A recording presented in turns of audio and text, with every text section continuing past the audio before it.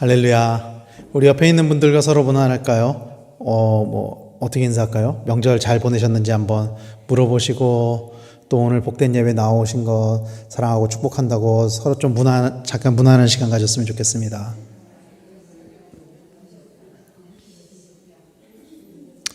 근래 들어 가장 가족적인 분위기에서 오늘 예배를 드리는 것 같네요.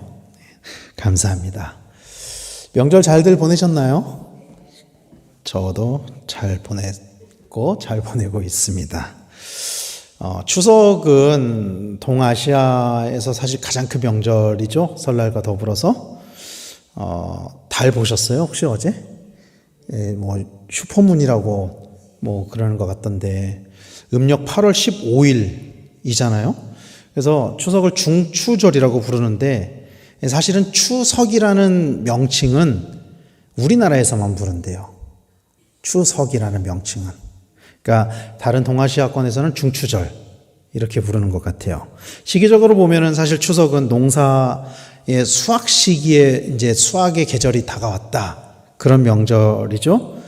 그리고 또 여러분, 송편 왜 우리가 추석 때 송편 해 먹는지 혹시 그 이유 혹시 아세요? 제가 찾아봤어요, 이번에. 송편 왜 먹는지 찾아보니까 이렇게 나오더라고요. 곡식을 잘 여물게 해줘서, 이제 수확만 남은 그 곡식들을 잘 여물게 해줘서 조상님들께 감사하는 마음으로 해서 먹었대요. 그러니까 제사에 올리는 그런 음식이었던 것 같아요. 이 농경 문화는, 사실은 이 명절들이 농경 문화와 굉장히 많이 관련이 돼 있는데, 우리나라에서는 사실 비교적 일찍 정착이 되었죠, 농경 문화가. 왜냐하면 농사를 지을 만한 땅이 있고 사계절이 있고. 그런데 사실 이스라엘은 원래부터 농경 민족은 아니었었던 것 같아요.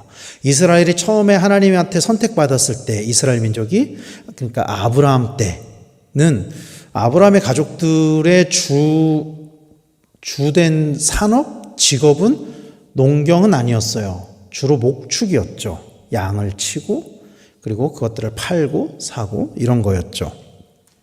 이스라엘 백성들이 농경 문화를 가지게 된 것은 가나안에 정착한 이후라고 보면 될 것 같아요. 근데 이 농사라는 것이 사실은 인간이 처음 창조되었을 때부터 농사를 지었느냐, 또 그렇지는 않은 것 같아요. 사람들이 먹고 살기 위해서 농사를 짓긴 하지만, 사실 성경을 보면은 하나님께서 처음 인간을 창조하셨을 때는 첫 번째 사람 아담은 농사를 짓지는 않았던 것 같아요. 아담이 범죄를 함으로 농사를 지어야 되는 벌을 받게 된 거죠, 일종의. 그리고 때가 되면 수확을 해서 그 수확물로 이제 인간은 먹고 살 수가 있게 되었어요. 아담의 때에는 좀 이렇게 표현하면 어떨지 모르겠지만 먹고 사는 걱정을 할 일이 없었는데, 에덴 동산에서 쫓겨난 이후에 농사를 지어야만 했고, 먹고 살기 위해서 또 그것이 수확할 때가 되어야 그것들을 거두어 들여서 먹을 수 있는, 이것이 이제 인간 삶에 굉장히 오래 전부터 인간의 삶을 유지했던 패턴이었고, 그래서 농사는 인간의 삶에 굉장히 밀접한 관계를 가지고 있고, 또 농사를 비유로 삶의 많은 일들을 그래서 설명하기도 해요. 오늘 우리가 읽은 본문은 예수님께서 70명의 제자들을 파송하시는 장면입니다. 오늘 우리가 읽은 본문은. 근데 이게 이제 농사, 이것과 관련이 있어서 제가 농사에 관한 이야기로 오늘 말씀을 연 건데요. 오늘 우리가 읽은 누가복음은 사실 성경을 분류를 할 때 보면은 마태, 마가, 누가, 요한복음을 사복음서로 분류를 하지만, 그 중에서도 마태, 마가, 누가는 관점이 같다 그래서 공간복음이라고 이야기를 하잖아요. 그래서 이 공간복음에는 사실은 그 동일한 말씀들, 겹치는 말씀들이 꽤 많지만, 오늘 우리가 읽은 본문은 누가복음에만 기록이 되어 있어요. 후반부에 저주를 하는 그런 장면은 마태복음에도 기록이 되어 있긴 하거든요. 사실 예수님이 막 저주를 퍼붓는 그런 장면은. 그런데 이 70명의 제자들을 파송하는 장면은 누가복음에만 기록이 되어 있어요. 그리고 오늘 본문에 제자들이 파송된 지역은 성서학자들에 의하면 아마도 요단 동편으로 추정이 됩니다. 요단강 동편은 사실은 유대인의 무관심 속에 신앙적으로 방치된 지역이었어요, 당시에. 그리고 오늘날에도 사실은 오늘날의 요단 동편이 어느 지역인지 혹시 아시나요? 오늘날의 요르단을 의미하는 거죠. 오늘날에도 복음이 아직 들어가지 못한 그런 지역인 거죠. 예수님께서는 그곳을 복음화시키기 위해서 제자들을 70명이나 보낸 거예요. 오늘날의 단기 선교 보내듯이 복음이 아직 전파되지 못한 곳에 제자들을 보낸 것이죠. 이 말씀을 보면은 예수님을 따르는 제자들이 꽤 많았었던 것 같아요. 12제자만이 아니라 70명을 제자라고 표현한 걸로 봐서는 예수님을 따르는 무리들이 꽤 많았었던 것 같고, 또 예수님이 요단 동편 지역을 꽤 많이 신경을 쓰셨던 것 같습니다.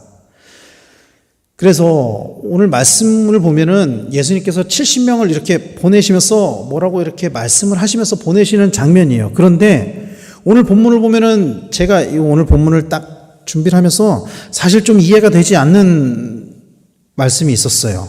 예수님이 제자들을 보내시면서 이렇게 말씀하셨거든요. 2절 말씀을 우리말 성경으로 이렇게 번역을 해요. 예수께서 그들에게 말씀하셨습니다. 추수할 것은 많은데 일꾼이 적구나. 그러므로 추수하는 주인께 추수할 밭으로 일꾼을 보내달라고 청하라. 보면은 오늘 제자들을 보내는 주체는 예수님이에요. 예수님이 제자들을 보내고 있단 말이죠. 보내시면서 추수할 것이 많다, 그렇게 말씀하시면서 보내시는데, 정작 그 추수하는 그 수확물의 주인은 예수님이 아닌 것처럼 말씀하고 있어요. 그러니까 추수하는 주인이 따로 있는 것처럼 말씀하고 있어요. 그리고 그들에게 가서 복음을 전해라, 이렇게 말씀하고 있는 것이 아니라, 이렇게 직관적으로 알아듣기 쉽게 말씀하신 것이 아니라 좀 돌려서 추수할 것은 많은데 일꾼이 적다, 그러면서 보내시고 있는 거예요. 그렇다면 왜 예수님께서 이런 말씀을 하셨느냐 하는 것이죠. 사실 이 말씀 자체는 마태복음 9장에도 동일하게 기록이 되어 있거든요. 이 말씀은 제가 아까 70명의 제자를 보내는 이 누가복음의 사건은 누가복음에만 기록되어 있다고 말씀드렸잖아요. 그런데 이 예수님께서 하신 말씀은 마태복음에도 기록이 되어 있어요. 마태복음 9장 37절 38절 말씀은 이렇게 말씀하고 있어요. 이에 제자들에게 이르시되 추수할 것은 많되 일꾼이 적으니 그러므로 추수하는 주인에게 청하여 추수할 일꾼들을 보내주소서 하라 하시니라. 똑같은 말씀이죠. 그런데 마태복음에 이 말씀을 하신 상황과 오늘 누가복음에서 이 말씀을 하신 상황이 묘하게 달라요. 묘하게 미세한 차이가 있어요. 마태복음에서는 그 말씀을 하신 장면을 12제자를 보내시면서 하신 말씀으로 묘사하고 있어요. 그리고 오늘 본문은 70인의 제자를 보내시면서 하신 말씀으로 보고 있어요. 그런데 성경에서는 이걸 동일한 사건으로 보는 것 같지는 않아요.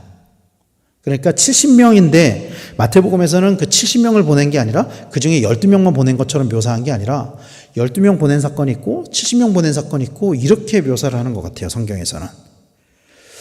이유는 예수님께서는 기회가 되는 대로 제자들을 보내시고 복음 전파가 시급하다, 이렇게 제자들에게 말씀을 하고 있는 것 같아요. 그러면서 이 복음 전파에 대해서 뭘로 비유를 하시면서 보내셨냐면은 추수할 것들, 추수할 곡식, 이렇게 비유를 하고 있어요.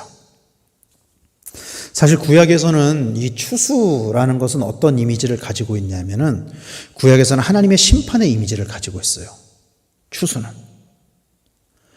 이걸 다 종합해 보면은 예수님께서 12명을 보내시면서 70명을 보내시면서 제자들을 보내시면서 계속 추수할 때가 되었다, 일꾼은 적다, 이걸 말씀하시는 거는 심판의 때가 이르기 전에 어서 열매를 수확해야 된다, 어서 복음을 전해야 된다, 이걸 강조해서 말씀하고 있는 것입니다. 그리고 그 심판이 이르기 전에 모든 사람이 다 은혜를 받아야 함을 말씀하고 있는 것이며, 이를 위해 일꾼이 부족한 그 상황을 안타까운 마음으로 제자들에게 말씀하고 계신 거예요.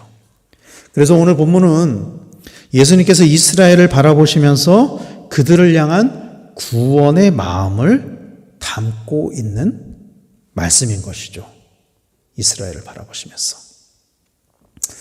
구약 성경을 보면, 구약 말씀을 보면은 하나님께서는 계속 이스라엘을 구원하기를 원하셨어요. 구약의 백성들은 끊임없이 하나님에게서 벗어나려고 했고, 범죄했고, 제사하지 않았고, 하나님을 외면했고, 부인했었지만 하나님은 끊임없이 그들을 구원하기를 원하셨어요. 계속 선지자들을 부르시고 그들을 보내셔서 하나님의 메시지를 전하게 하셨어요. 이사야 6장 8절에 보면은 하나님께서 이사야를 부르실 때 이사야가 응답하는 그런 장면이 나오는데 이렇게 말씀하고 있어요. 내가 또 주의 목소리를 들으니 주께서 이르시되 내가 누구를 보내며 누가 우리를 위하여 갈고 하시니 그때 내가 이르되 내가 여기 있나이다 나를 보내소서 하였더니. 비단 이사야만 보내신 것이 아니에요. 하나님께서는 심판의 메시지, 구원의 메시지, 은혜의 메시지를 전달하기 위해서 이사야만 보낸 것이 아니라 예레미야도 보내셨고 엘리야도 보내셨고 엘리사도 보내셨고 수많은 선지자들, 이름이 없는 선지자들까지도 계속 보내셨어요. 계속 보내셨어요. 그래서 하나님의 말씀을 듣게 하셨어요. 그러나 그럼에도 불구하고 이스라엘은 하나님을 떠났죠. 그래서 이스라엘이 어떻게 됐죠? 멸망했죠. 나라가 망하게 됐죠. 이스라엘 국가가 멸망하게 된 원인은 하나님을 떠났기 때문이에요. 이건 우리가 다 알고 있는 사실이죠. 그런데 그런 이스라엘을 다시 구원하기 위해 하나님께서는 예수님을 이 땅에 보내셨다라는 것입니다. 그리고 예수님께서는 그런 하나님의 마음에 따라 또 제자들을 보내고 계신 거예요. 예수님께서 제자들을 보내시면서 이렇게 말씀하셨어요. 추수할 것이 많다. 추수할 것이 많다. 그런데 여러분, 추수라는 것은 사실은 때가 되어야만 할 수 있는 것입니다. 추수라는 것은. 농부가 농사를 짓는 것은 언제를 기다리면서 농사를 짓냐 하면은 추수할 때를 기다리면서 농사를 짓는 거예요. 어떤 농부도 모내기 할 때를 기다리면서 농사를 짓지 않아요. 농부가 모내기를 하고 또 김매기를 해주고 물을 대주고 이건 다 언제를 기다리면서 하는 거냐면 추수할 때를 기다리면서 하는 거죠. 아무리 열매가 많이 맺혀도 아무리 곡식이 많이 맺혀도 추수할 때를 기다리지 않고 열매를 수확하게 되면은 여러분 그 열매가 어떻게 되죠? 먹을 수 없는 열매, 상품성이 떨어지는 열매. 그런 열매를 수확할 수밖에 없어요. 그래서 추수할 때가 이르기 전에 수확한 곡식, 수확한 열매들은 결국에는 맛을 낼 수 없기 때문에, 먹을 수 없기 때문에 결국에는 버려지게 될 거예요. 그래서 추수에는 때가 중요해요. 때가 중요해요. 그 때에 추수를 해야 되는 거예요. 그리고 그 추수의 때는 아버지께서 정하시는 것입니다. 그런데 오늘 본문에서 예수님께서는 추수할 때가 이르렀다 이렇게 말씀하고 계시거든요. 이 추수의 때는요, 여러분 상대적인 때가 있고 절대적인 때가 있습니다. 우리는 이것을 기억해야 돼요. 상대적인 때라 하면 각 사람에 맞는 때를 의미하는 것이에요. 모든 사람들이 처음부터 예수님을 믿고 구원을 얻는 것은 아니에요. 우리 중에는 아주 어렸을 때부터 혹은 어머니의 태중에서부터 예수님을 믿고 믿음이 자라나면서 자연스럽게 하나님 나라를 경험하고 예수님을 만나고 그런 사람들도 있지만 어떤 때에 어떤 계기를 통해서 예수님을 만난 사람들도 있을 거예요. 심지어는 그 시기가 늦어져서 노인이 돼가지고 예수님을 만나는 사람들도 있어요. 저는 6살 때부터 교회를 다녔거든요. 저는 모태신앙이 아니고 6살 때부터 교회를 다녔어요. 그런데 제가 정작 예수님을 만난 것은 중학교 1학년 때입니다. 5학년 때까지 교회를 다니다가 한 2년 정도 교회를 쉬었어요. 그래서 저는 교회를 쉬는 동안에 다시 교회를 나갈 계획은 없었습니다. 그런데 중학교 1학년 때 사촌 형들에 의해서 억지로 끌려간 수련회에서 예수님을 만났어요. 아마도 그때가 저에게 예비된 때였던 것 같아요. 그렇게 교회를 다녔어도 예수님을 만나지 못했었는데 억지로 끌려간 수련회에서 예수님을 만났어요. 예수님께서는 제자들을 보내시면서 사람을 낚는 어부가 되라고 말씀하셨습니다. 우리는 모두 영혼을 수확하는 주의 제자가 되어야만 합니다. 그런데 문제는 그 수확의 시기가 우리가 원하는 때에 이루어지는 것이 아니라는 거예요. 우리가 신앙생활을 하면서 수많은 복음의 씨앗을 여러분들도 아마 그러셨을 거라고 생각해요. 많은 복음의 씨앗을 뿌렸을 거고 또 지금도 뿌리고 계시겠지만 씨앗을 뿌리자마자 거둘 수 있는 것은 아니거든요. 때가 이르러야 거둘 수 있는 것이거든요. 각자에게 다 다른 때가 있는 것 같아요. 각자에게 다 다른 때가 있는 것 같습니다. 마치 쌀의 수확 시기가 언제죠? 가을이죠, 쌀은. 근데 여러분, 보리의 수확 시기는 언제죠? 늦봄. 그렇죠? 수확 시기가 달라요. 같은 곡식이라고 해도. 그런 것처럼 각각의 때가 있는 것 같습니다. 다만 씨를 뿌리는 사람은 그 수확의 때를 기다리면서 성실하게 농사를 지으면 되는 것이죠. 영혼의 수확도 마찬가지예요. 때가 여물 때까지, 수확을 할 수 있을 때까지 농부의 마음으로 공을 들이고 농사를 지어야 된다라는 것입니다. 그래서 각 사람에게 다 맞는 때가 있는 것 같아요. 각 사람에게. 다만 우리는 복음의 씨앗을 뿌리고 그것이 열매 맺을 때까지 물을 주고 기르게 하고, 그것이 우리의 역할이라는 것을 우리는 기억해야만 합니다. 그리고 또 하나 절대적인 때가 있어요. 이 절대적인 때는 하나님께서 정하시는 때입니다. 그 때는 모두가 수확을 당하는 때예요. 모두가. 열매가 무르익었던 무르익지 않았던 모든 열매가 다 수확을 당하는 때입니다. 그때 무르익지 않은 열매들은 버림을 받게 될 거예요. 그때를 요한계시록은 이렇게 기록하고 있어요. 요한계시록 14장 15절 16절 말씀에 또 다른 천사가 성전으로부터 나와 구름 위에 앉은 이를 향하여 큰 음성으로 외쳐 이르되 당신의 낫을 휘둘러 거두소서. 땅의 곡식이 다 익어 거둘 때가 이렇음이니이다 하니 구름 위에 앉으신 이가 낫을 땅에 휘두르매 땅의 곡식이 거두어지니라. 이 때가 있어요.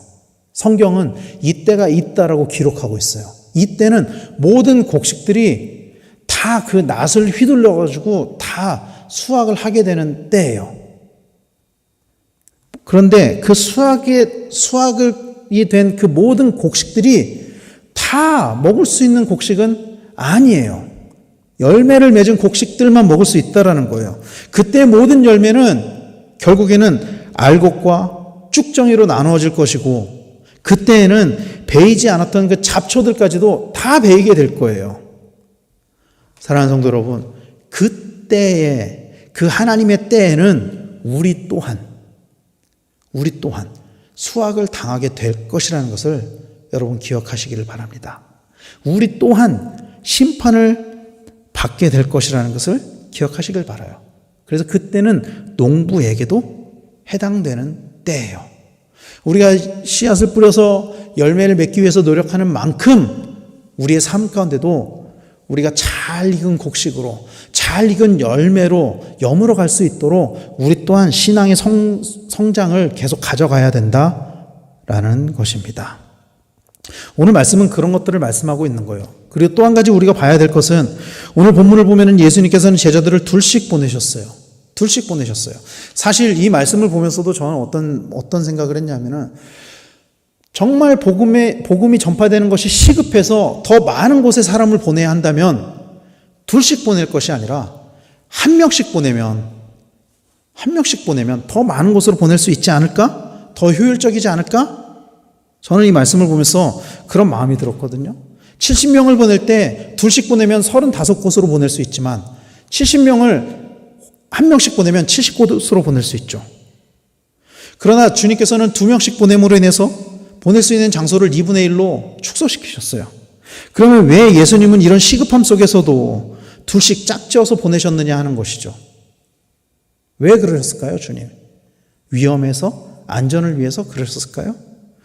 사실 사람을 둘씩 보내는 것은 문화적으로 보면은 유대인의 전통이자 관습이었어요. 이것은. 그리고 예수님께서 둘씩 보내신 진짜 이유는 문화와 관습을 뛰어넘어서 사실은 이들이 서로를 돕고 격려하면서 서로에게 증인이 되게 하기 위함이었어요. 당시에 재판을 하게 되면은 우리가 알고 있는 것처럼 재판의 증인들은 반드시 복수의 증인이 나와야만 인정이 됐었어요.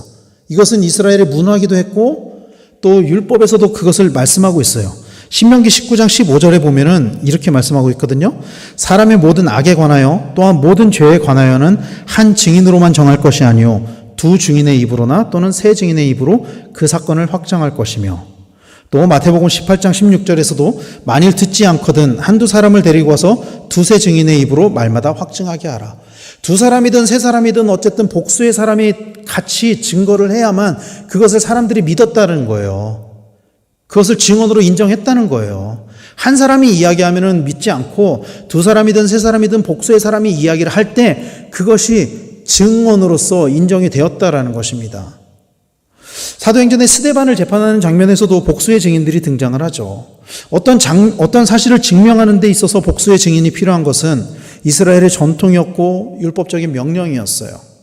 그리고 오늘 70명의 제자들은, 오늘 본문에서 70인의 제자들은 메시아 예수님을 사람들에게 증거하는 사명을 가지고 떠나게 되었습니다. 그렇기 때문에 두 사람씩 보낸 거예요. 증인으로서의 역할을 감당하게 하기 위해서. 사랑하는 성도 여러분, 복음은 증명되는 것이에요. 복음은 증명되는 것이어야 돼요. 복음은 반드시 증명되어야만 합니다. 예수님께서 우리를 위해서 이 땅에 오신 것과 죽으시고 부활하신 것은 우리의 삶을 통해서 또 우리의 말을 통해서 증명되어야만 해요. 세상의 사람들은 예수라는 역사적인 인물은 인정합니다. 4대 성인, 그래가지고 예수님이 역사적으로 존재했었던 실존 인물이라는 것은 인정하죠. 세상에서도. 그러나 메시아 예수님은 인정하지 않아요. 그래서 예수님의 죽으심과 부활하심을 인간을 향한, 모든 인류를 향한 하나님의 구원의 행위로 받아들이지 않죠. 신화적인 요소로 받아들이죠. 모든 종교에 있는 그런 예를 들면 우리나라의 박혁거세가 알에서 태어났다, 이런 신화적인 요소로 예수님의 죽으심과 부활을 받아들이죠. 사랑하는 성도 여러분, 그러나 예수님께서는 하나님이시며 온 인류의 죄를 구하기 위하여 이 땅에 오셨다는 사실을 믿으시길 바랍니다. 우리가 다 이것을 믿음으로 고백하고 있죠. 그렇다면 무엇으로 우리가 이 진리를 증명할 것이냐는 거예요. 어떻게 우리가 이 진리를 증명할 수 있느냐는 거예요. 처음 예수님이 부활하셨을 때 사람들은 예수님의 부활을 믿지 않았습니다. 오히려 대제사장들이 퍼뜨린 거짓 소문을 더 신뢰했죠. 예수의 제자들이 예수의 시체를 훔쳐갔다, 이거를 더 신뢰했었어요, 유대인들은. 그러나 예수님의 부활을 목격한 500여 명의 증인들이 예수님의 부활을 삶으로 증명할 때 그들의 증언에는 능력이 있었고, 그리고 그 능력으로 인해서 결국 로마가 복음화되었습니다. 우리는 이것을 알고 있죠. 사랑하는 성도 여러분, 우리는 우리의 삶으로 복음을 증명해야만 합니다. 여러분들의 삶으로 예수 그리스도의 죽으심과 부활하심을 증명해야만 해요. 세상 사람들은 어떻게 사람이 죽었다가 살아날 수 있어? 라고 이야기를 하지만 초대교회 성도들은 그것을 삶으로 증명해냈어요. 그들의 증언으로 증명해냈어요. 오늘 우리도 예수님의 죽으심과 부활하심을 우리의 말로, 우리의 삶으로 증명해야만 합니다. 예수님의 살아계심과 우리 가운데 역사하심을 우리의 삶으로 증명해야만 합니다. 그래서 우리를 보는 사람들이, 우리를 아는 사람들이 정말 하나님 살아계시구나, 정말 예수님 살아계시구나, 이것을 그들이 믿을 수 있게 우리가 살아가야 된다는 거예요. 우리의 삶을 통해서. 주님께서는 이를 위해 우리를 부르셨고 또 이제 우리를 보내시고 계신다는 사실을 믿으시길 바랍니다. 바울은 디모데 후서에서 디모데를 가리켜서 자기의 제자, 자기의 영적 아들 디모데를 가리켜서 그리스도 예수의 좋은 병사, 경계하는 자, 그리고 수고하는 농부로 비유했어요. 하나님으로부터 부르심을 받은 사람을 병사, 경계하는 자, 그리고 농부로 비유를 했어요. 이것은 디모데뿐 아니라 복음을 가지고 있는 우리 모두에게도 해당되는 말씀이라는 것을 믿으시길 바랍니다. 그러므로 우리는 수고하는 농부로서 하나님께로부터 받은 사명, 하나님께로부터 받은 그 씨앗들을 뿌림으로 열매를 추수할 수 있어야 된다는 것을 믿으시길 바랍니다. 그때를 기다리며 열심히 농사를 지어야만 한다라는 것을 믿으시길 바랍니다. 이것이 우리를 부르시고 또 이것이 우리를 보내시는 이유라는 것을 우리는 기억해야만 합니다. 사랑하는 성도 여러분, 오늘 우리는 추수할 열매를 얼마나 많이 맺으면서 살아가고 있습니까? 우리는 얼마나 복음을 우리의 삶으로 증명하면서 살아가고 있습니까? 얼마나 우리는 많은 사람들에게 또 우리의 이웃들에게 우리의 가족들에게 하나님의 살아계심을 증명하면서 살아가고 계십니까? 예수님께서는 수확해야 할 열매들이 너무나도 많다는 것을 이렇게 표현하셨어요. 누가복음 10장 2절 말씀에 이르시되 추수할 것은 많되 일꾼이 적으니 그러므로 추수하는 주인에게 청하여 추수할 일꾼들을 보내주소서 하라. 우리의 수확물이 아니라 주님의 수확물이 너무나도 많은데 추수할 것이 너무나도 많은데 일꾼이 부족하다 그렇게 말씀하고 있어요. 이 말씀은 더 많은 동역자들을 세워야 한다라는 것을 말씀하시는 그 예수님의 안타까움이 묻어있는 말씀이에요. 그러나 동역자들을 세우기 이전에 우리는 무엇보다 이 말씀을 보면서 이런 질문을 우리 스스로에게 던져야 돼요. 나는 주님이 부르신 충성된 일꾼인가?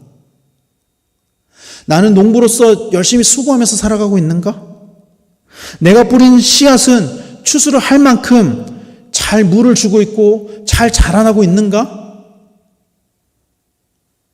내가 뿌린 그 씨앗이 죽지 않고 생명력 있게 살아서 성장하고 있는가? 물론 씨앗을 뿌리고 추수를 하는 과정은 결코 쉽지 않습니다. 결코 쉽지 않죠.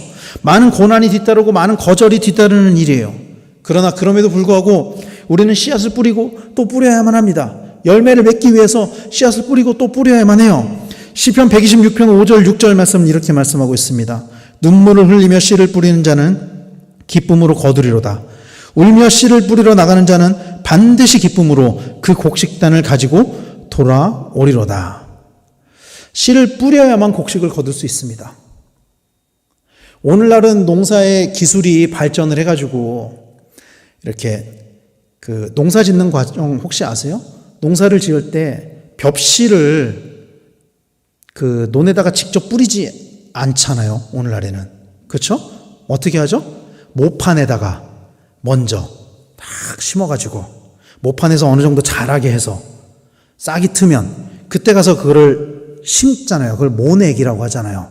그런데 여러분, 예수님 당시에는 농사의 방법이 씨를 뿌리는 것이 이런 모판에다가 심는 게 아니라 그냥 뿌리는 거였어요. 그래서 씨 뿌리는 비율을 보면 씨를 뿌렸을 때 뭐 어떤 씨는 뭐 가시덤불에도 떨어지고 돌판에도 떨어지고 그런다잖아요.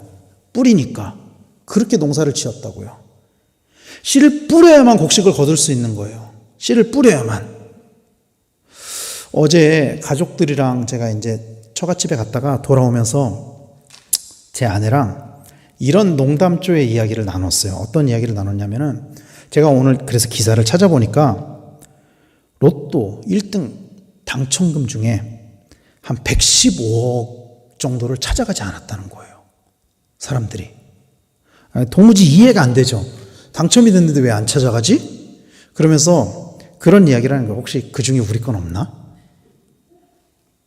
그래서 제가 뭐라 그랬냐면 복권을 사야 당첨이 되지. 우리는 복권을 안 사니까 해당 사항이 없는 거지. 복권을 사야 당첨이 되는 거죠. 마찬가지로 여러분 씨앗을 뿌려야 열매를 맺는 거예요. 씨앗을 뿌려요. 그리고 우리는 그런 씨를 뿌리는 자로 부르심을 받았어요. 예수님의 제자들은, 이 70명의 제자들은 예수님으로부터 복음의 씨앗을 받고 그 씨앗을 뿌리는 사명으로 흩어지게 된 거예요. 보내심을 받은 거예요. 이 씨앗이 있느냐 없느냐, 씨앗을 뿌리느냐 뿌리지 않느냐는 마치 열처녀 비유에서 기름을 준비한 자와 기름을 준비하지 않은 자와 그 차이와 똑같은 거예요. 마지막 때에 심판을 받을 때, 그 하나님의 그 때에 눈물로 씨앗을 뿌린 사람은 기쁨으로 단을 거두게 될 것입니다. 그러나 씨앗을 뿌리지 않은 사람은, 씨앗을 가지고 쟁여만 놓고 있는 사람은 울며 이를 갈게 될 거예요. 기름을 준비하지 않은 처녀와 같이. 그러므로 우리에게 먼저 필요한 것은 씨앗을 뿌리는 것이고 농부의 마음으로 열매 맺을 때까지 돌보는 것입니다. 주님께서는 이를 위해 우리를 부르셨고 또 다른 일꾼들을 보내달라고 간구하라. 수확할 것들이 너무나도 많으니까 그렇게 말씀하고 계신 거예요. 내가 먼저 일꾼이 되고 나와 함께할 일꾼들을 우리는 또 세워야만 합니다. 내가 먼저 일꾼이 되고 그 과정에서 필요한 것이 복음의 씨앗을 뿌리고 수확하는 일입니다. 말씀드린 것처럼 복음의 씨앗을 뿌리고 수확하는 일, 이 일은 결코 쉽지 않은 일이에요. 그러나 우리가 확실한 증인이 될 때, 우리가 확실한 증인이 된다면 그것은 반드시 열매를 맺게 될 것입니다. 이 70인의 제자들을 예수님께서 둘씩 보내시면서 서로 간에 그 예수님에 대한 확실한 증거를 하게 하셨잖아요. 그들이 그 증거를 하고 돌아왔을 때 뭐라고 고백했는지 아세요? 누가복음 10장 17절 말씀입니다. 70인이 기뻐하며 돌아와 이르되 주여 주의 이름이면 귀신들도 우리에게 항복하더이다. 그들이 둘씩 짝지어서 예수 그리스도, 자신들이 만난 예수 그리스도를 전했을 때 어떤 일들이 일어났냐면은 예수의 이름만 얘기를 해도 귀신들이 그 앞에 항복하는 일들이 일어났다는 거예요. 확실한 증거가 있었을 때, 그들이 확실한 증인이 되었을 때 표적이 나타났다라는 것입니다. 얼마나 기뻐요. 제자들이 와가지고 너무 기쁜 거예요. 그런 것들을 경험한 것이. 그런데 예수님께서는 그들을 향해서 뭐라고 말씀하셨는지 아세요? 야, 니네 정말 잘했어. 너네 정말 대단해. 그거 너무나 기쁜 일이야. 이렇게 말씀하지 않으세요. 예수님께서 뭐라고 말씀하셨냐면요, 20절 말씀에 이렇게 말씀하세요. 그러나 귀신들이 너희에게 항복하는 것으로 기뻐하지 말고 너희 이름이 하늘에 기록된 것으로 기뻐하라. 이렇게 말씀하고 계세요. 귀신이 항복하는 것은 기본인 거예요. 그냥 증거를 가지고 있으면 그런 일들은 당연히 일어나야 되는 거예요. 그런 일들이 우리의 삶 가운데 하나님의 살아계심을 증명하게 되는 것이고, 그런 일은 그냥 우리의 삶 가운데 너무나 당연히 일어나야 되는 큰 기쁨이 아니라 그냥 소소한 기쁨, 작은 기쁨에 불과한 것이고, 진짜 기쁨은, 진짜 기뻐해야 되는 것은 뭐냐? 하나님 나라에 우리의 이름이 기록된 것, 현상에 의한 기쁨이 아니라 본질적인 기쁨, 그것이 우리에게 있어야 한다. 예수님께서 말씀하고 계신 거예요. 70인의 제자들을 보내시고 그들이 돌아왔을 때 그들에게 예수님께서 하신 말씀은 니네들이 경험한 그 일들로 인해서 기뻐하는 것이 아니라 니네들이 씨앗을 뿌리고 그것을 거두는 그 과정 가운데 너희들의 이름이 하나님 나라에 기록된 것으로 기뻐해야 되는 거야. 그렇게 말씀하고 계신 거예요. 주님께서는 제자들을 보내시면서 또 오늘 우리를 보내시면서 이렇게 말씀하고 계세요. 16절 말씀입니다. 너희 말을 듣는 자는 곧 내 말을 듣는 것이요 너희를 저버리는 자는 곧 나를 저버리는 것이요 나를 저버리는 자는 나 보내신 이를 저버리는 것이라 하시니라. 우리는 하나님의 사자로서 이 땅에서 보내심을 받은 자의 삶을 살아야만 합니다. 예수님께서 제자들을 보내실 때 하셨던 이 말씀이 오늘 우리의 말씀이에요. 때로는 핍박이 있을 수도 있죠. 무시와 거절이 있을 수도 있죠. 그런데 그것은 나 혼자 받는 것이 아니에요. 나와 함께 있는 하나님, 또 나와 함께 있는 그 동료들 2명씩 짝지어서 보냈잖아요. 같이 있는 성도들 함께 받는 거라는 거예요. 그런 것들이 있을지라도 우리는 반드시 보내심을 받은 사람이 되어야만 하고 하나님 나라의 이름이 기록되어져야만 합니다. 주님께서는 이를 위해 우리를 부르셨어요. 이미 하나님 나라는 가까이 왔고 복음이 없는 사람들에게는 멸망이 있다. 예수님께서는 말씀하셨어요. 누가복음 10장 11절 후반부에서 12절까지 이렇게 말씀하고 계세요. 그러나 하나님 나라가 가까이 온 줄을 알라 하라. 내가 너에게 말하노니 그날의 소돔이 그 동네보다 견디기 쉬우니라. 그들이 전했던 복음이 이거예요. 하나님 나라가 가까이 왔다. 예수님께서 이 땅에 오셔서 하신 첫 번째 메시지가 뭐였죠? 회개하라. 천국이 가까이 왔느니라. 그리고 그 하나님 나라는 오늘 우리에게도 가까이 오고 있다는 것을 믿으시길 바랍니다. 사랑하는 성도 여러분, 그러므로 주님이 우리와 함께 계심을 알고 주님이 주신 사명에 충성하시는 우리 성도님들 다 되시기를 간절히 소망합니다. 우리에게 복음 주신 것을 우리는 감사해야 돼요. 우리를 구원하신 것을 감사해야 돼요. 그러나 그 감사에서 그치는 것이 아니라 우리에게 주어진 그 복음의 씨앗이 생명력 있게 움직여서 우리의 삶 가운데서 싹이 트고 열매를 맺을 수 있는 그 단계에 이르기까지 우리는 믿음을 세워가야만 합니다. 그리고 우리가 맺은 그 열매에서 난 또 다른 씨앗을 우리는 뿌려야만 해요. 그리고 그 씨앗이 또다시 열매 맺을 수 있도록 우리는 농부로서 성실하게 물을 주고 관리를 하고 세워가야만 한다는 것을 믿으시기를 간절히 축원합니다. 주님께서 이를 위해 우리를 부르셨어요. 이 가을에 여러분 한번 기억해 보시오. 올해 초에 우리는 이렇게 이름 쓴 거 있잖아요. 올해 내가 복음의 씨앗을 어디에 뿌릴 것인가, 얼마나 내가 거기에 물을 주고 있는지, 얼마나 잘 성장시켜 가고 있는지 여러분 기억 한번 해보시길 바라요.